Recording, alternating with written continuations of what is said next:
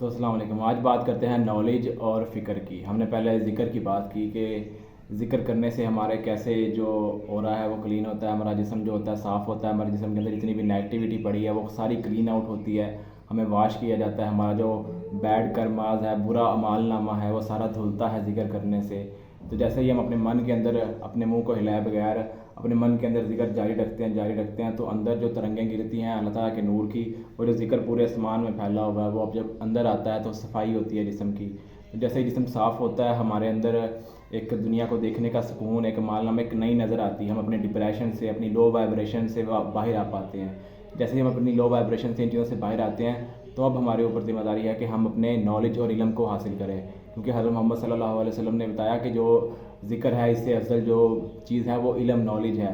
और आप पैदाइश से लेकर मरने तक इल्म हासिल करो, और ये इंसान के लिए बहुत ज़्यादा ज़रूरी है। तो जो इल्म और फ़िक्र क्या चीज़ होती है आज इसके ऊपर डिस्कस करेंगे।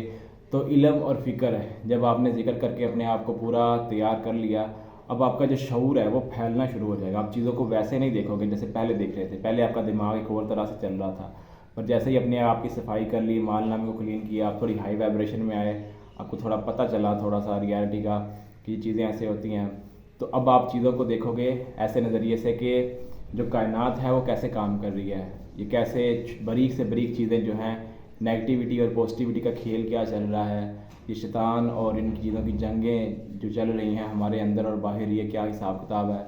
तो ये जो शऊर है आपका फैलना शुरू हो जाएगा कि जो मेरे अंदर की दुनिया है वो मेरे बाहर की दुनिया की रिफ्लेक्शन है। मीन जो बाहर मुझे नज़र आ रहा है वो बाहर वैसा नहीं है जैसा मैं देख रहा हूँ। जैसे एक चीज़ एक इंसान को ऐसे नज़र आ रही है, पर कोई दूसरा इंसान देखेगा तो उसको अलग तरह से नज़र आएगी, हालांकि चीज़ एक है।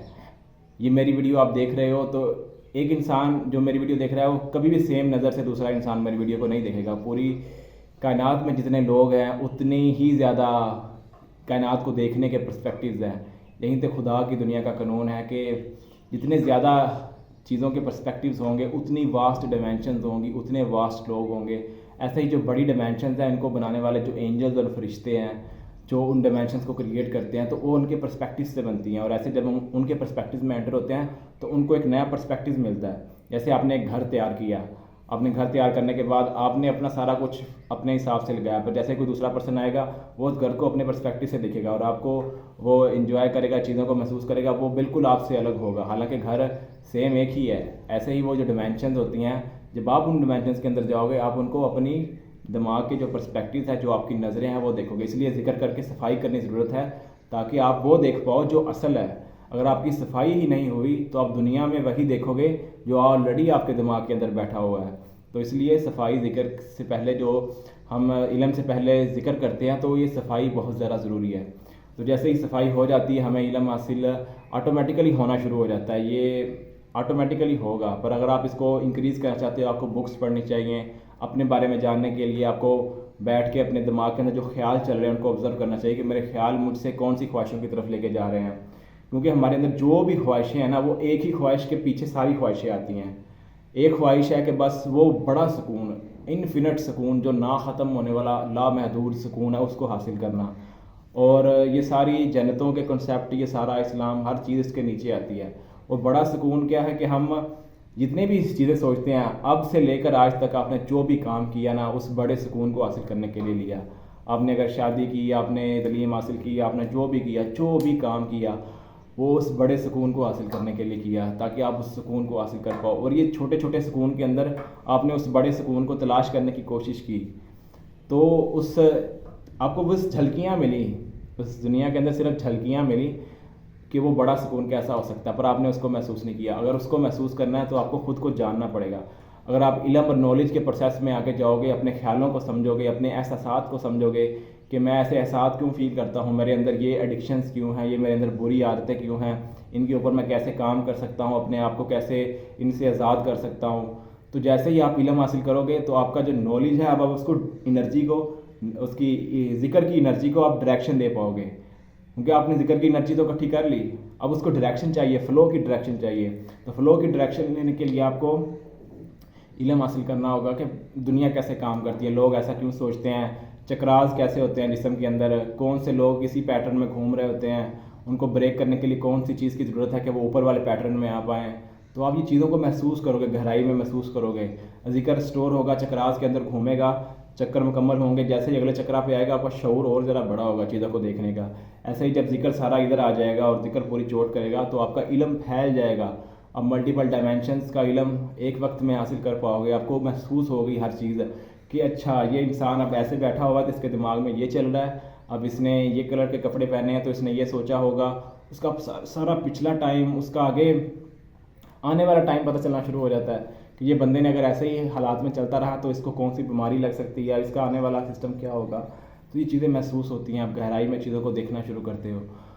तो इसका महसूस होने का मतलब ये नहीं कि आप दुनिया में अपने आप को बड़ा करने की कोशिश करो। इसका मकसद यही है कि आप खुद के गहराई में अंदर जाओ और आप बाहर वही लोगों को दो जो दूसरों को मदद करे अपनी गहराई में अंदर जाने के। जितना भी नॉलेज बाहर का नॉलेज है वो सारा मेरा जो नॉलेज है वो आपके लिए सारा झूठ है।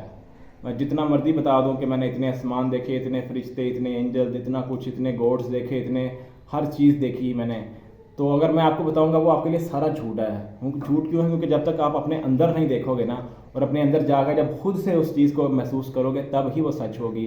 उससे पहले आपने कहीं से भी कोई भी इल्म हासिल किया, चाहे कुछ भी है वो, और उसको आप यकीन कर सकते हो, उसको ईमान लेके आ सकते हो। जैसे कुरान पाक के बारे में कहा गया कि ईमान लेके आओ इसके ऊपर, ताकि जब आप ईमान ले आओ तो आप उस रास्ते पे चल सको।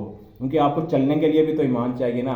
तो कुरान एक जीपीएस की तरह काम करता है कि आपको डायरेक्शन और रास्ते देता है।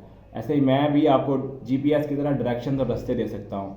मैं आपको उस जगह पे इशारे दे सकता हूँ।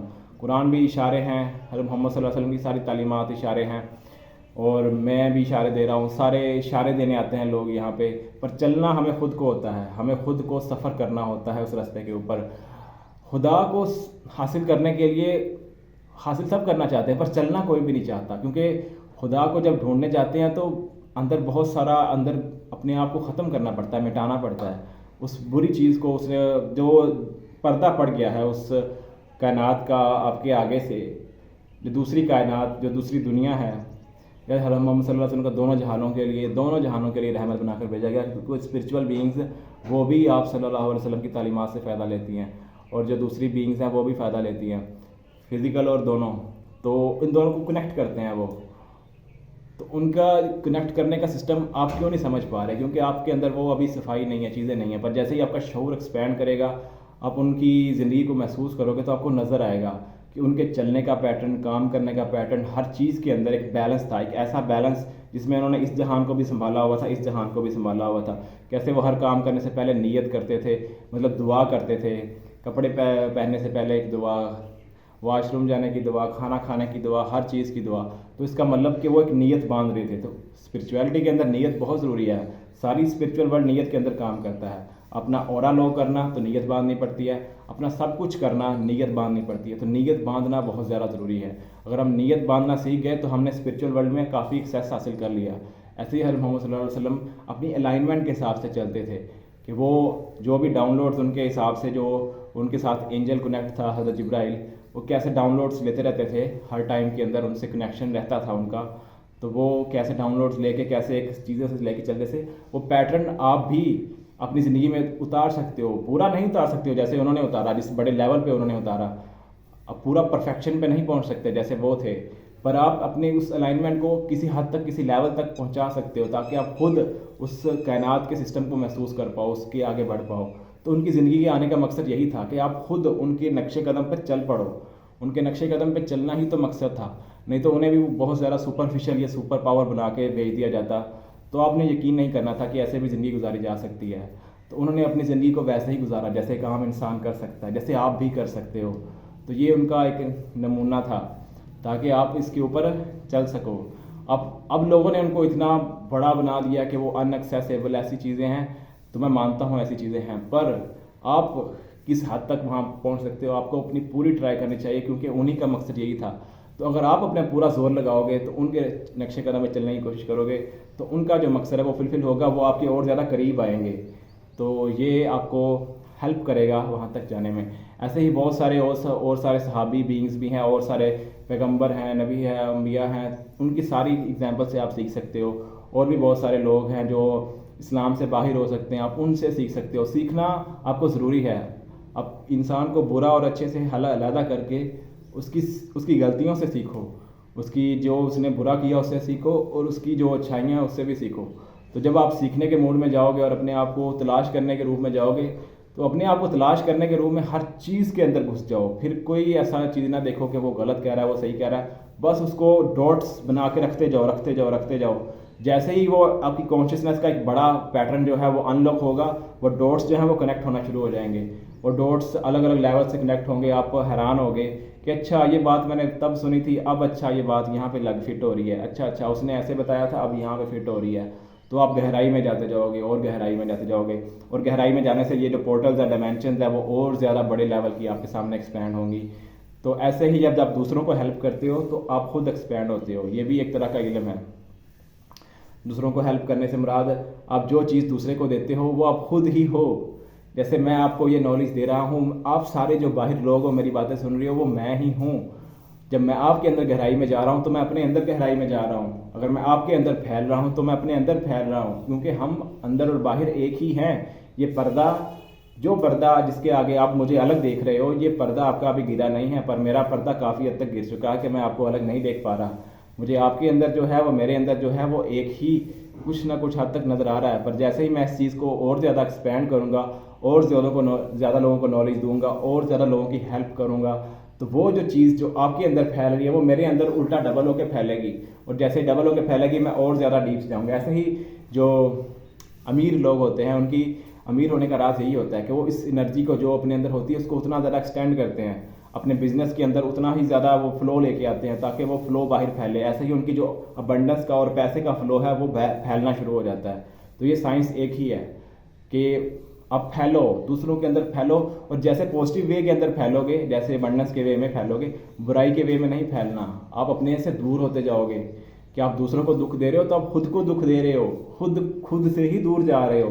और जब आप खुद से ही दूर जा रहे हो तो नीचे इस निज़ाम ने एक गड्ढे बनाए हुए हैं नीचे, इसको आप दोज़ख के गड्ढे भी कह सकते हो। वो इसलिए बनाए गए हैं ताकि आपकी जो खुद से दूर करने वाली जो चीज़ें हैं जो आपके अंदर पड़ गई हैं उनको साफ़ किया जा सके। जैसे ही वो साफ़ हो जाएं आप खुद ऊपर की डायमेंशन में आ जाओ। तो वो दोज़ख इसलिए नहीं कि आपको तकलीफ़ देनी है, तकलीफ़ आप खुद ही खुद को दे रहे हो, आपको पता नहीं है, लाशऊरी है। ऐसे ही मरने के बाद जो लोग लाशऊरी में मर जाते हैं उनके जो नीचे वाले चक्रास हैं वो फैल जाते हैं पूरी कायनात के अंदर, और जहाँ जहाँ पे कोई बुराई हो रही है उसमें वो हिस्सा डाल रहे होते हैं। ऐसे ही अच्छाई वाले हिस्से भी फैल जाते हैं। और एक कॉन्शियस बंदा जो जाग जाता है, जो अपना जनाजा खुद पढ़ा लेता है मरने के बाद, जिसको अवेयरनेस होती है, उसको पता होता है कि मेरा कौन सा हिस्सा कहाँ पे कैसे काम करना है और कैसे मैंने इसको करना है, तो वो मरने के बाद भी काम कर रहा होता है। इसका मतलब ये नहीं कि वो मरने के बाद ख़त्म हो गया, उसका एक्सेस इतना ही ज़्यादा होता है बल्कि डबल हो जाता है। मरने के बाद वो ज़्यादा चीज़ों को गहराई में एक्सेस कर पाता है। तो आई होप ये नॉलेज आपको समझ आया। जैसे ही आपका ये नॉलेज बढ़ेगा आपका मुराकबा गहराई में जाएगा, आपकी मेडिटेशन गहराई में जाएगी। तो मेडिटेशन को गहराई में लेके जाने के लिए इल्म और फ़िक्र ज़रूरी है, क्योंकि जब आप अपने दिमाग के ख्यालों को समझना शुरू कर दोगे तो मुराकबा और मेडिटेशन खुद ब खुद होती है। मेडिटेशन ऐसी चीज़ है जो करनी नहीं पड़ती, मेडिटेशन खुद होती है। मेडिटेशन कोई भी इंसान कर नहीं सकता। मेडिटेशन के लिए सिर्फ बैठना होता है और देखना होता है कि क्या हो रहा है। तो जब आप एक दिन ऐसा ही बैठे होगे क्या हो रहा है, तो फिर वो कुछ होगा जो आप सोच भी नहीं सकते, और पूरी कायनात में आप फैल जाओगे झुक करके, और फिर आप वो कुछ देख पाओगे जो आपके दिमाग ने बंद करके रखा हुआ था। तो ये वीडियो थी मेरी नॉलेज के बारे में कि इल्म और नॉलेज क्यों ज़रूरी है और कैसे इसको हासिल करना है और इसका फ़ायदा क्या होता है। ये सारा कुछ मैंने एक्सप्लेन किया। आप इस वीडियो को जितनी बार दोबारा देखोगे आपको नई बात सीखने को मिलेगी। आप इस वीडियो को जितनी बार देखते जाओगे आप नई नई बातें सीखते जाओगे।